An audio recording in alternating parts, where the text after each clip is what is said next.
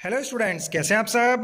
Ganga mini take channel से मैं are यानी कि राजीव रंजन। और आज की वीडियो के अंदर मैं आप लोगों को बताने वाला हूं कि भाई अगर आप लोगों को एनआईएस ओपन बोर्ड के पेपर के अंदर, चाहे वो 10वीं का हो या फिर 12वीं का, अगर कुछ भी नहीं आता है तो भी आप अपने पेपर को कैसे लिखेंगे, कैसे अच्छे नंबरों से पास होंगे और अपना साल खराब होने से कैसे बचाएंगे। लेकिन शर्त बस इतनी है कि भाई आपको कुछ भी नहीं आना चाहिए। अगर ऐसे स्टूडेंट जिनको थोड़ा बहुत आता है, जिन्होंने पढ़ रखा है, वो इस वीडियो को स्किप कर सकते हैं। ये वीडियो सिर्फ उन बच्चों के लिए है जिनको कुछ भी नहीं आता, जिन्होंने किताबें नहीं पढ़ी और भाई अर्जेंटली उनको एग्जाम देना पड़ रहा है, चाहे मजबूरी में चाहे कैसे भी उनको बस पेपर देना पड़ रहा है पास होने के लिए। और अब वो चाहते हैं कि भाई वो अच्छे नंबरों से पास हो जाएं बिना पढ़े हुए। तो ऐसे बच्चे इस वीडियो को लास्ट तक बिना स्किप किए हुए जरूर देखें, क्योंकि आज की वीडियो के अंदर मैं आप लोगों को इसी काम से रिलेटेड पूरी की पूरी जानकारी देने वाला हूं। तो चलिए फटाफट स्टार्ट करते हैं और देखते हैं कि भाई मुझे ये वाला जो पेपर है वो बिल्कुल भी नहीं आता और मैं अपने इस पेपर को बिना आए हुए कैसे लिखूंगा, कैसे भरूंगा और भाई इसकी प्रेजेंटेशन कैसे रहने वाली है और मैं कैसे पास हो जाऊंगा। तो फटाफट वीडियो को स्टार्ट करते हैं। प्यारे बच्चों, अगर आप लोग एग्जामिनेशन हॉल के अंदर जा रहे हैं एनआईएस ओपन बोर्ड का एग्जाम देने के लिए, तो आप लोगों को एक बात ज़रूर याद रखनी है। आप लोगों के पास 2 ब्लू पेन और 1 ब्लैक पेन ज़रूर होना चाहिए। ब्लैक पेन इसलिए ताकि आप जो है मोटी मोटी हेडिंग जो है वो ब्लैक पेन से दे सके और जो अंदर का कंटेंट है वो ब्लू पेन से लिख सकें। 2 ब्लू पेन इसलिए ताकि अगर एक पेन बंद हो जाए तो आप दूसरे से काम कर सके। उसके बाद आप लोगों के पास एक इस तरह का स्टील का स्केल होना चाहिए। अगर स्टील का नहीं है तो फिर आप कोई भी एक स्केल ले सकते हैं। दूसरा, आप लोगों को जो सबसे इंपॉर्टेंट बात याद रखनी है, आप लोगों के पास आपका आई कार्ड होना चाहिए ताकि जो है आपको एग्जामिनेशन हॉल के अंदर किसी तरह की कोई दिक्कत ना हो।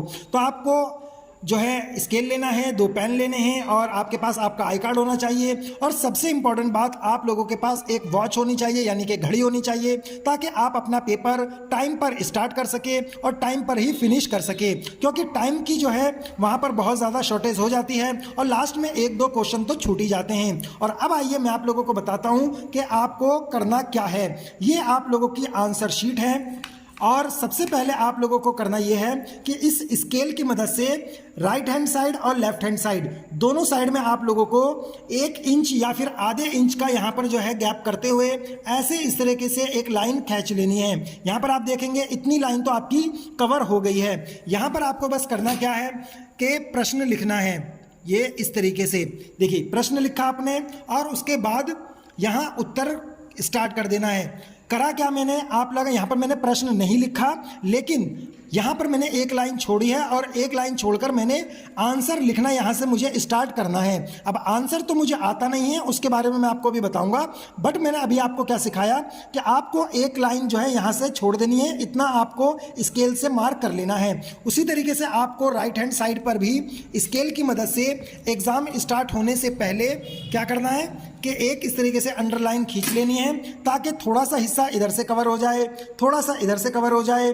2 लाइनें आपको ऊपर से छोड़ देनी है। उसके बाद आपको प्रश्न लिखने के बाद एक लाइन छोड़कर आंसर जब आप लिखेंगे तो एक लाइन बीच में ज़रूर गैप करना है। आप 2 लाइन भी गैप कर सकते हैं, लेकिन 2-3 लाइन अगर आप ज़्यादा गैप करेंगे तो फिर टीचर की नज़र में आ जाएंगे। तो कोशिश करेंगे भाई एक ही लाइन आप गैप करें।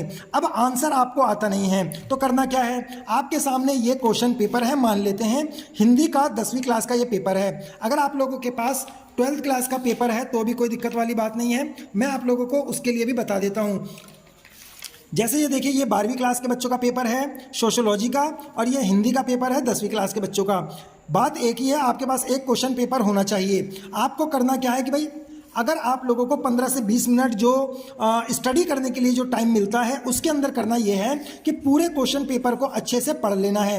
अब जैसे यहाँ पर देखिए, भ्रष्टाचार पर दे रखा है मुझे ऐसे, स्वच्छ भारत पर दे रखा है, योग अपनाएं निरोग रहित तो इस पर दे रखा है, कामकाजी नारी और उसकी समस्याएं उस पर दे रखा है। तो आपको इनमें से किस पर आता है, मतलब थोड़ा बहुत भी 1% भी, मतलब याद कुछ भी नहीं है लेकिन थोड़ा बहुत आप किसके बारे में जानते हो उस पर आप टिक लगा लो। जैसे जैसे स्वच्छ भारत। प्यारे बच्चों, अब मैंने यहाँ पर क्या करा है कि भाई टॉपिक सेलेक्ट कर लिया है, स्वस्थ भारत, स्वस्थ भारत। स्वच्छ भारत का मतलब है साफ सुथरा भारत, स्वस्थ भारत का मतलब है कि भाई अगर हमारे आसपास स्वच्छता रहेगी तो हम जो है स्वस्थ रहेंगे, हम बीमार नहीं पड़ेंगे।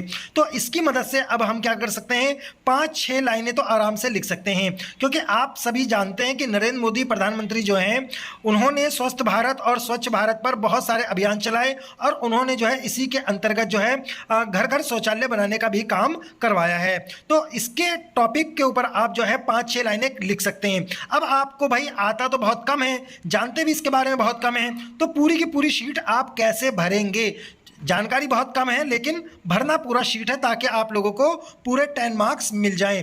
तो अब हमारे पास 2 टॉपिक है, एक तो है स्वस्थ भारत और इसी के अंदर है एक स्वस्थ भारत, स्वच्छ और स्वस्थ। तो 5 नंबर में स्वस्थ और जो है 5 नंबर में स्वच्छ जो है वो हम भर सकते हैं। अब इसको भरने का तरीका क्या है मैं आपको बता रहे बच्चों, आप लोगों को पूरे हॉल के अंदर 3 तरह के बच्चे मिलते हैं। एक तो वो बच्चे होते हैं जिनको पूरे पेपर में कुछ भी नहीं आता, पूरा माइंड ब्लैंक होता है। दूसरे टाइप के ऐसे स्टूडेंट्स होते हैं जिनको 1-2 क्वेश्चन आते हैं, बाकी कुछ नहीं आता।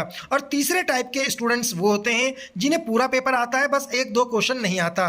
तो अगर आप लोगों के पास तीसरा टाइप है, अगर भाई आपको कुछ भी नहीं आता पूरे पेपर के अंदर, बस थोड़ा थोड़ा आपने पढ़कर गए हो, वो भी बस आपको बस कच्चा पक्का पता है लेकिन उसके बारे में अच्छी तरीके से नॉलेज नहीं है, लेकिन आपको आंसर भरना है, तो भाई आपको ये टेक्निक अपनानी है। प्यारे बच्चों, मैं आपको ये बिल्कुल भी नहीं कह रहा हूं कि आपको पढ़ना बिल्कुल भी नहीं है, आपको सिर्फ मेरी टेक्निक अपनानी है, बल्कि मैं आपको ये कह रहा हूं कि अगर आप लोग कभी ऐसी सिचुएशन में फंस जाओ, अगर आप लोगों के साथ ऐसा कभी भगवान ना करे कि हो कि भाई आपको कुछ भी ना आता हो पेपर में, तभी आप लोगों को इस टेक्निक को फॉलो करना है।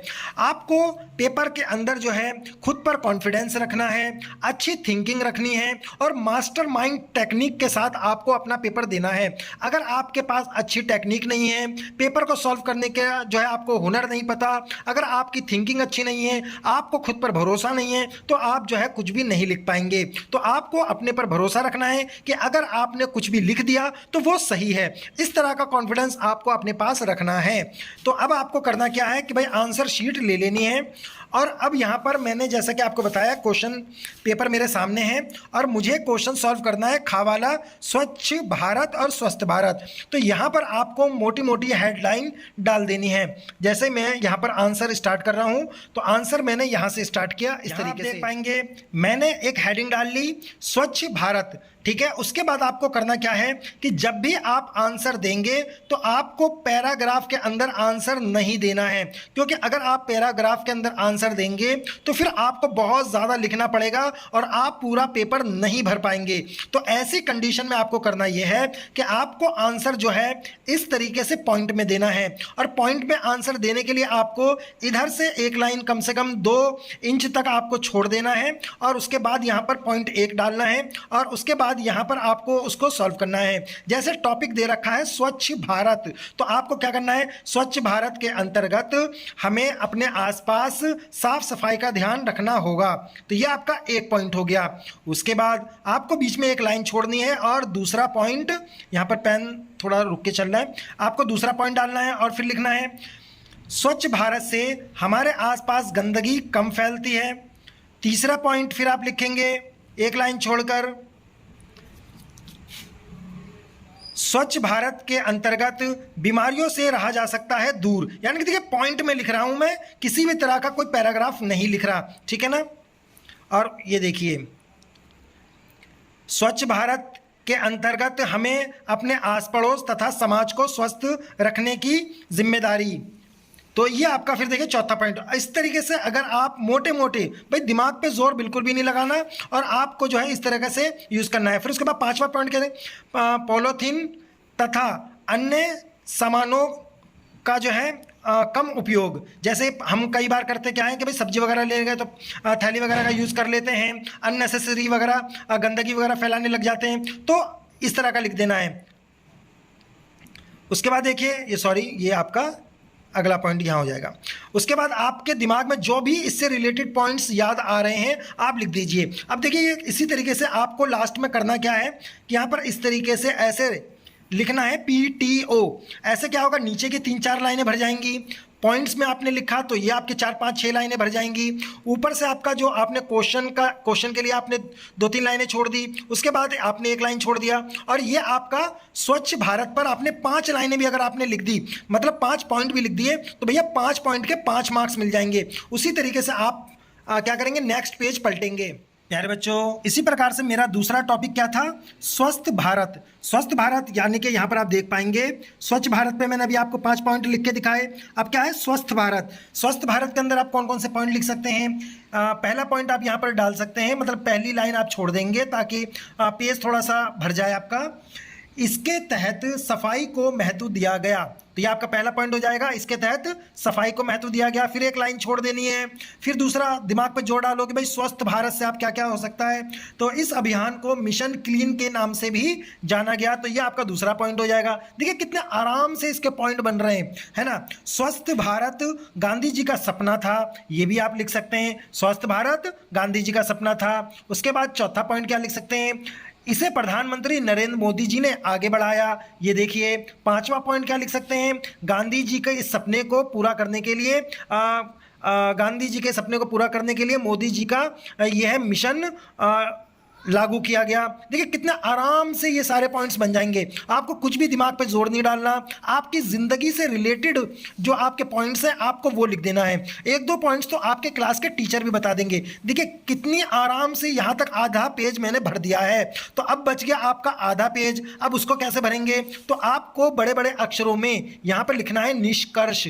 इस तरीके से निष्कर्ष, यानी कि जो आपका 5 नंबर का क्वेश्चन होता है, चाहे वो ऐसे हो या फिर कोई भी क्वेश्चन क्यों ना हो, उसके अंदर आपको लास्ट में ऐसे निष्कर्ष लिख देना है। निष्कर्ष अपनी मर्जी से नहीं लिखना, आपने जो ऊपर पॉइंट्स लिखे हैं तो उसी के अंदर से 2-3 लाइनें उठाकर 2-3 पॉइंट उठाकर निष्कर्ष में भी लिख देना है। इससे क्या होगा, आपको मार्क्स अच्छे मिलेंगे। दोबारा से पॉइंट लिख दिया। अब देखिए आता कुछ नहीं था, लेकिन पेपर मेरा आराम से मैंने 5 नंबर के क्वेश्चन को 2 पेजों में भर दिया, एक पीछे वाला पेज और एक ये वाला पेज। यानी कि अगर आप 5 नंबर के क्वेश्चन के अंदर 2 पेज आराम से भर देते हैं तो भाई आपको बहुत अच्छे मार्क्स मिलने वाले हैं। अब निष्कर्ष के अंदर कैसे लिखेंगे, निष्कर्ष के अंदर आपको लिख देना है भारत के द्वारा यह काम बहुत ज़रूरी था। ठीक है, ये एक पॉइंट हो गया आपका।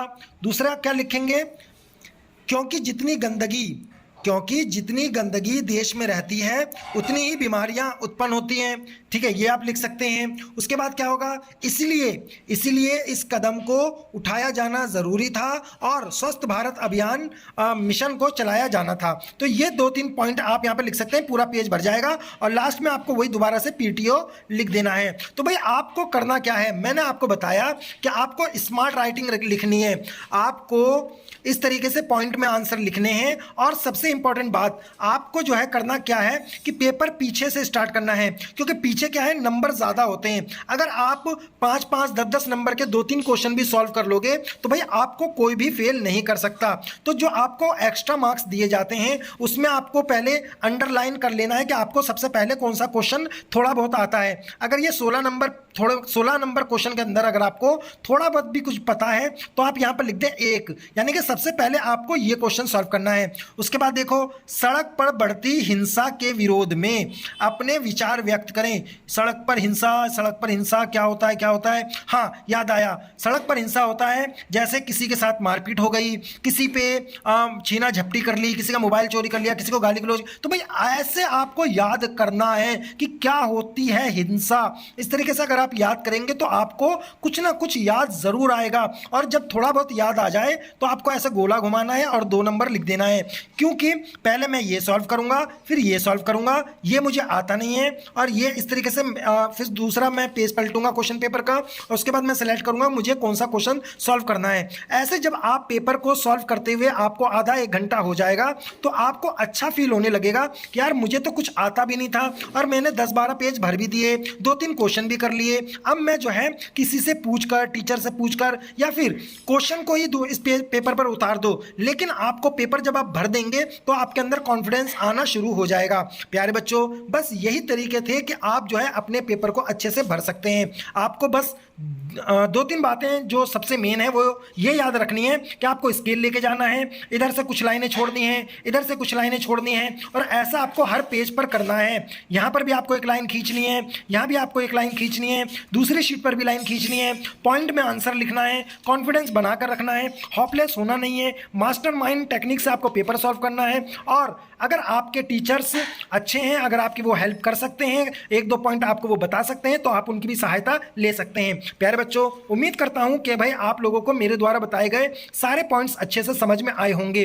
अगर आप लोगों को इसी तरह की अच्छी अच्छी वीडियो चाहिए तो आप मुझे कमेंट जरूर करें, आपको अगला किस टॉपिक पर जो है वीडियो चाहिए, मैं आपके लिए वो वीडियो बना दूंगा। आप मुझे कमेंट करके जरूर बताएं। और अगर आप सच में पास होना चाहते हैं तो भाई वीडियो को लाइक जरूर कर देना। Thank you for watching my video.